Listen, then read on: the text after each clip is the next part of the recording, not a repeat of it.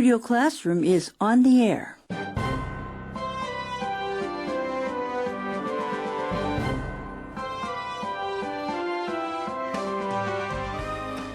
Listen in today as we talk about the awesome power of music in our lives.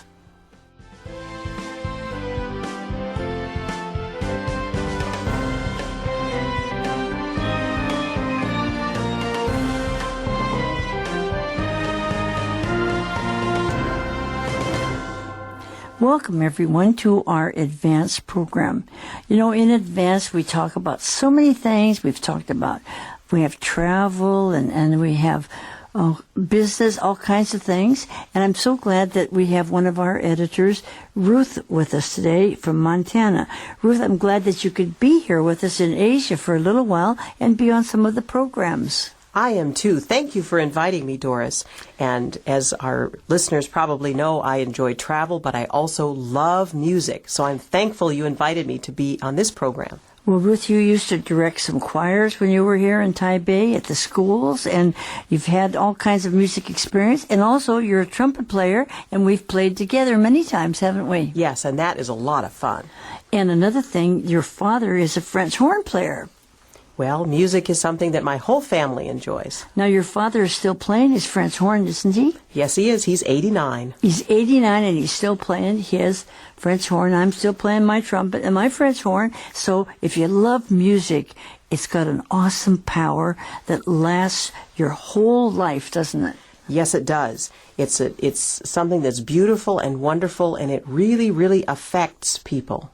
So when we say something has an awesome power, it means it is so great, magnificent. It's a strong power. Yes, because you look at the word awesome and you see the word awe in it, and that's when you say, wow, something that's just so amazing and wonderful. And so some of you listen to music a lot, but you don't realize the power it has in your life. You know, if you're even watching a TV drama and there's no music, it doesn't have any feeling. But dum-da-dum-dum in the background makes it mysterious or exciting. And the power of music in movies and in films, really without it, they wouldn't have any power in them. They would not. It adds a lot to the visual. And so we're so glad that you could be with me today and let you and I talk about that, because we've played music together for many years, haven't we, Ruth? Yes. And so our article today then is on page 30, and it's called The Awesome Power of Music.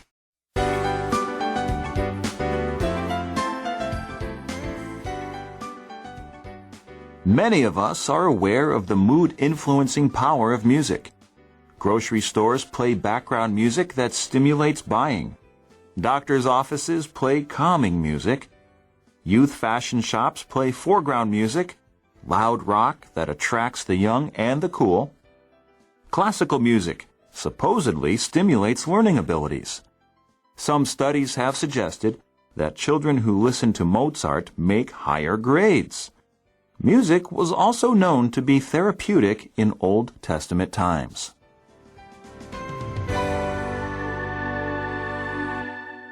Well, many of us are aware of the mood-influencing power of music.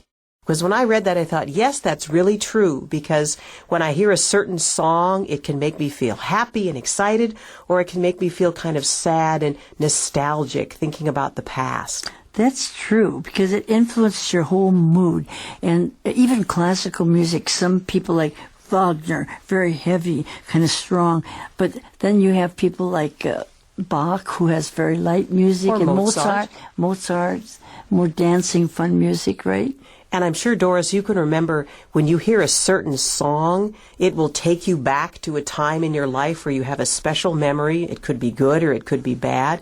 It really does affect you. And it also affects the time. Like, for instance, you hear background music. We call it elevator music. When you're on the elevator, sometimes there's music. Or even if you're in a store. Why do they have music playing in a store sometimes? Well, they say here that it stimulates buying, which means it makes you want to buy more. I have never really been aware of that. I mean, I enjoy the music, but I don't really think it makes me buy more carrots or something. Well, that's true. But, you know, when you're in a doctor's office, they often play music to calm you down so you won't be too nervous when you go to see the doctor. Right. I think that would be important at a dentist's office, The dentist, too. oh my goodness, yes. So it makes you feel calm and not worried about what's going to happen next. But we often think about, background music because that's what we use when we're showing or illustrating something. But there's also something called foreground music. And foreground music actually means it's music that you're intended to hear and pay attention to. And here it means the youth fashion shops want the music to attract the young people to come in. That's true. And, Ruth, I'm glad that Pam can be with us today. Pam Osmond is here, and she really loves music. In fact, Pam's quite a nice singer herself. Well, thank you, Doris. It's always great to be back, especially with you and Ruth. And this is a wonderful article. I'm looking forward to talking about music's influence with you. Right. And, music, like there's classical music and rock music, and sometimes people say, what kind of music do you like? Well, I like a little bit of all kinds. Just like food, you don't eat all vegetables and all dessert. A little bit. Don't you like that, a little bit of all kinds of music? Yes, I do, because each music is a little bit different. It has a different feel to it, and it's all quite interesting and enjoyable. That's right. And I think sometimes it depends on the mood that you're in, the way you feel might determine what kind of music you want to listen to. Doris, when I have to clean my house, I put on peppy music, lively music.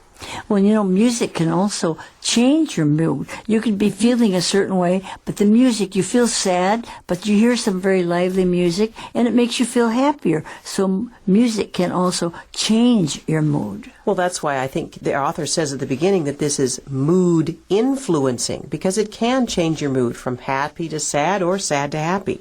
But this article that we're talking about on page 30 talks about the fact that classical music, supposedly, according to what they say, it stimulates or makes it stronger your learning abilities. So maybe we need a little classical music on Advance to stimulate our abilities. Maybe so. Maybe that would help some of our audience learn English better or remember their words better.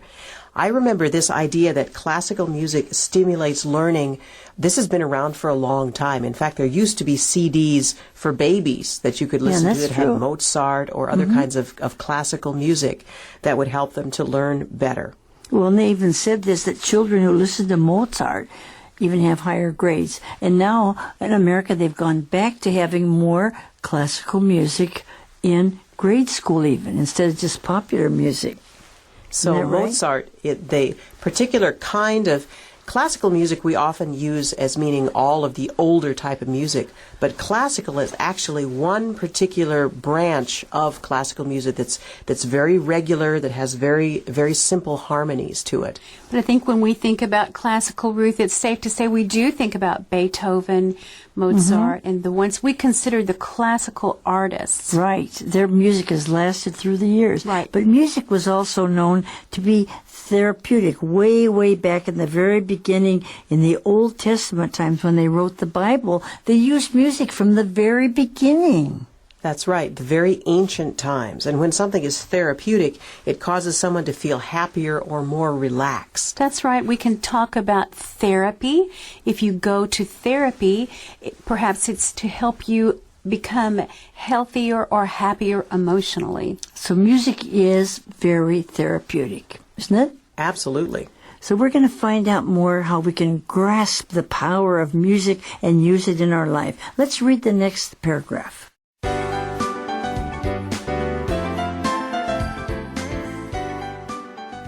Grasping the power of music. Few have really understood the incredible power of music to change the world. Plato understood it when he wrote, "Give me the making of the songs of a nation, and I care not who makes its laws. I will control its people." Martin Luther understood it when he penned, "Music is a fair and glorious gift of God. I am strongly persuaded that after theology, there is no art which can be placed on the level with music. The devil flees before the sound of music almost as much as before the word of God."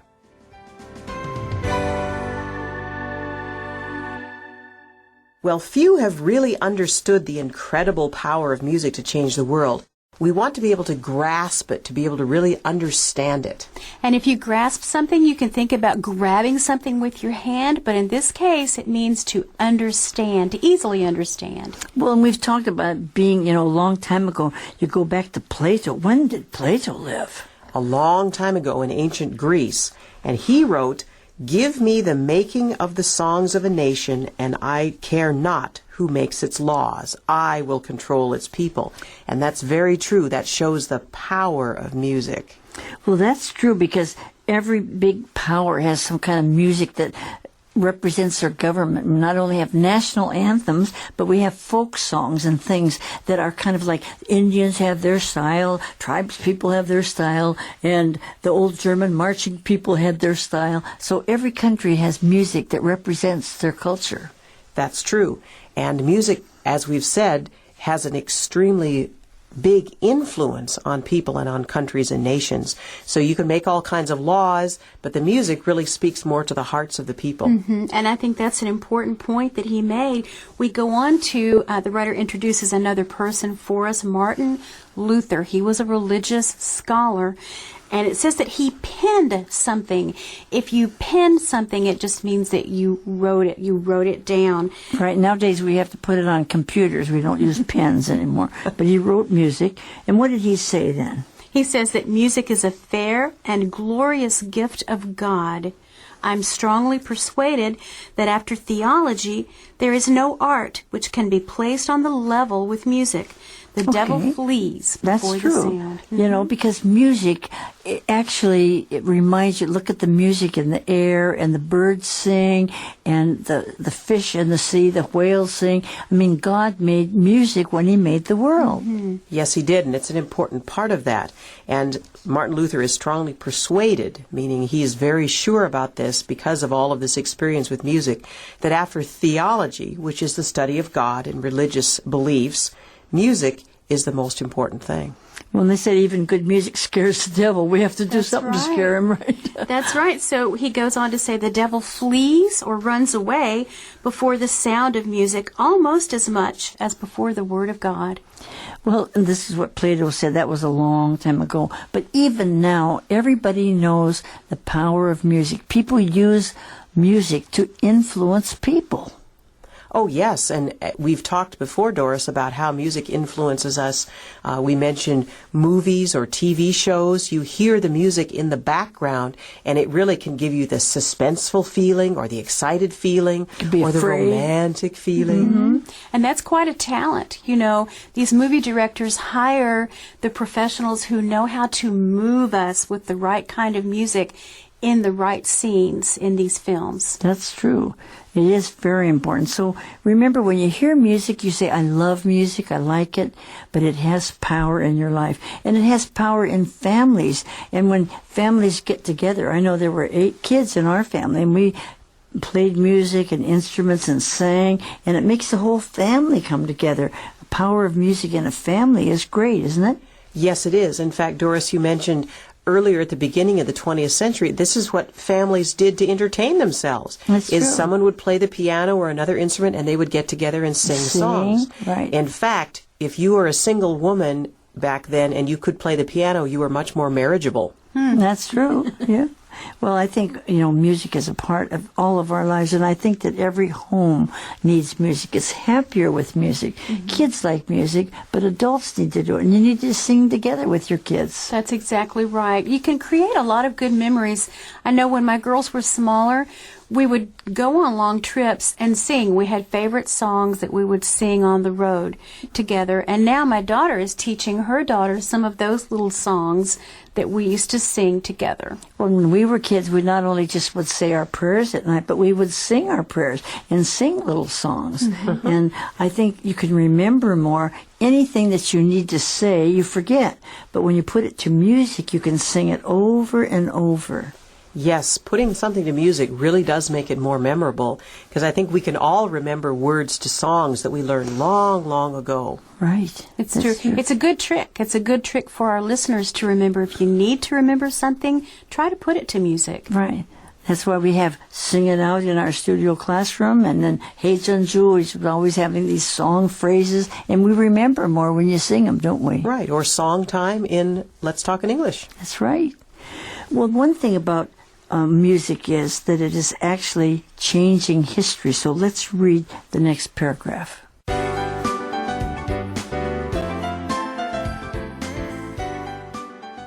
Changing history.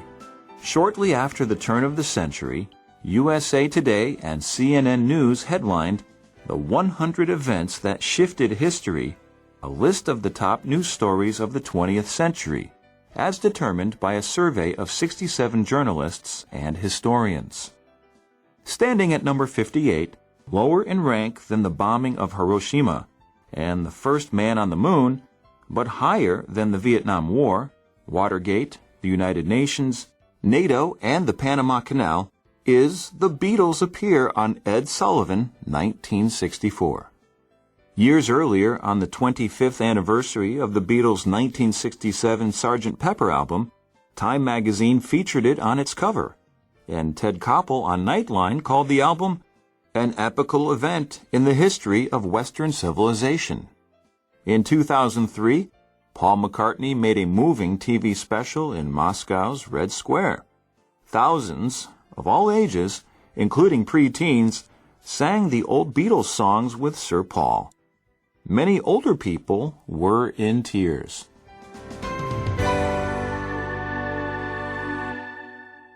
So we begin by talking about the turn of the century.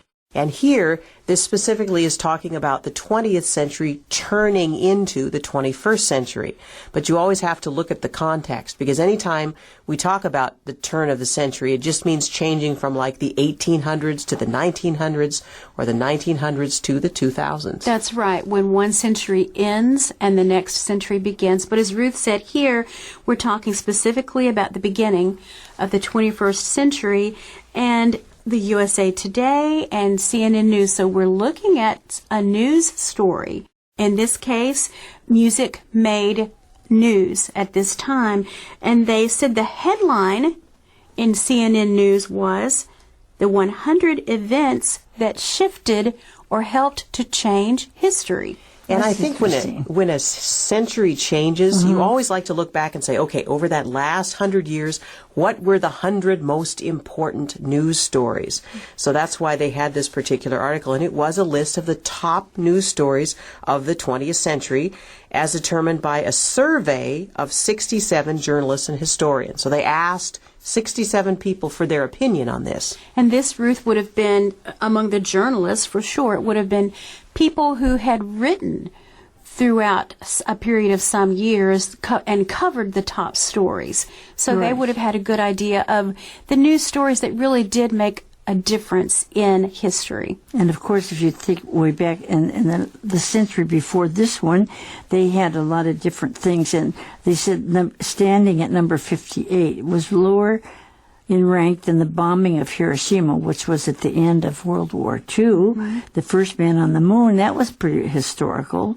And even the Vietnam War and Watergate, all the scandals and the United Nations and all of these things, they have another one that has to do with music. That's right. The Beatles Appear on Ed Sullivan, 1964. Now that's very interesting, because if you're taking only 100 stories from 100 years, the fact that music features as number 58 is pretty amazing. Well, it is. And one particular group, the Beatles. Right. And the reason, I guess this was so momentous or so important a musical event was because the Beatles were so popular at that time in Britain. But this was the first time that they had come to America and appeared on stage, a very popular program. Ed Sullivan, The right. Ed Sullivan Show. Yes, it was a program that everybody watched back in the early 1960s. Right. And the Beatles in particular, their style of music was something completely different than people had heard before. It was new, it was exciting, it was youthful, and it was very appealing. And its popularity just grew and grew and grew. Well, it even says something like, it says years earlier on the 25th anniversary of their 1967 Pepper album. What does it say about that? Well, Sgt. Pepper was the name of one of the Beatles' albums, and Time magazine, a very famous news magazine, featured the album on its cover. So in other words, you're seeing how influential the Beatles are in culture because they make the list of the top 100 stories and they're on the cover of Time magazine. Every year, they say, what's going to be on the cover of Time? Some famous person or some discovery. And imagine that the Beatles made the cover of Time magazine. It's pretty unusual. That's right. And so they described it as an event that was so important or momentous that began a new development or era in music. We can't say just in America because really they were popular around the world. That's the true. Beatles were, and it actually changed music in many ways. Mm-hmm. Yes, they did. That's why they say it's an epochal event. Mm-hmm. It's something. An epoch is a very long period of time. So an epochal event means that it's something that changes something for a long period of time. Well, the fact, that Time magazine featured it on the cover was really something, because really everybody wishes they could get on a Time magazine cover. I mean, that's historical, isn't it? Yes, it is. You can think about all the different famous people who have been on the cover of Time. And then, of course, this Ted Koppel has a show called Nightline, right? That's right. He was, during this particular period of time, he had a popular nighttime show, and he was a journalist too, right. Ted Koppel. And so his opinions were very well respected. And what did he say then? He went on to say that he called this album, the Sgt. Pepper album, an epochal event in the history of Western civilization. That's pretty strong language to think that some singers had something to do with the history of civilization. It is, but when you think about what an influence music has, and then for those of us who remember this time, you remember what a big event and what a popular thing the Beatles were and how they did affect the entire culture. That's right. And we'll learn more about it tomorrow, actually, how they had such an effect, a very momentous effect on some of the world's leaders even. In fact, when I visited in England and went to Liverpool, where they were from, they have this museum from them, and the whole city was affected by that over there. It's very famous now still. That's right. And we can read on to more about Paul McCartney, who is one of the most famous members of the Beatles. The Beatles, of course, split up in the, I think, late 1960s, and they all became famous on their own. But Paul McCartney made a very moving TV special in Moscow's Red Square. So in other words, he went there and performed, and then they filmed it for TV. That's right. And Paul McCartney is still alive today, still performing. He actually just performed in my hometown of Memphis, Tennessee this weekend. Tennessee, is that right? Hugely popular. All of these years later, decades later. He must be pretty old now. He is, but he's still a good performer, apparently. Isn't that something, though? Well, and when he had this concert, or he made this TV special, thousands of people of all ages, young and teenagers and old people, including pre-teens, meaning kids who are maybe 8 or 9 or 10 years old, they sang the old Beatles songs with Paul McCartney, Sir Paul. In Moscow's Red Square, that is, doesn't seem very Russian. It's British, right? That's right, but the songs just spoke to people's hearts all over Western civilization. That's right, and what's interesting is you can see the different age groups who were represented there. We had the preteens that Ruth just mentioned, and the last sentence says that older people were there as well, and many of them were in tears. Why would they be in tears? Yes. Well, I would think it was because they would remember when they heard these songs when they were younger. As we'll talk about tomorrow, I think this music and this youth culture did have an effect in taking apart communism in the eastern part of Europe. So I think they could remember how they felt when they heard these songs and what happened as a result of them. Mm-hmm. And I think particularly in the Soviet Union, it would have been the Soviet Union, this represented freedom to them. Yes, that's true. They did. It was something quite different from their regular style. And so music, no matter whose music it is, we like music today. In fact, we have Studio Classroom has the Heavenly Melody Singers, and they go around the world, and they sing in every country. And people in the audience, you could just see them wiping the tears of their eyes because they sing songs, even maybe local Taiwanese or Chinese folk songs from all over the world, and people just relate to when they were younger. And so folk songs sung by local groups still make a big impression, don't they? Because music really moves us. We said it earlier, but it really speaks to our hearts. That's right. And I think that's why the title of our article is so appropriate, The Awesome Power of Music, because it is something that has the power to move people in ways that nothing else can. That's true. So we're going to talk about it more when we come back, and we're so glad that you're with us as we talk about music. Listen to some good music today, sing some music or play some music, because it's all part of the world we live in, isn't it? Yes. That's right. So we'll see you when we get back here tomorrow to finish the lesson. So have a good day today, everyone. Goodbye. Goodbye. Bye.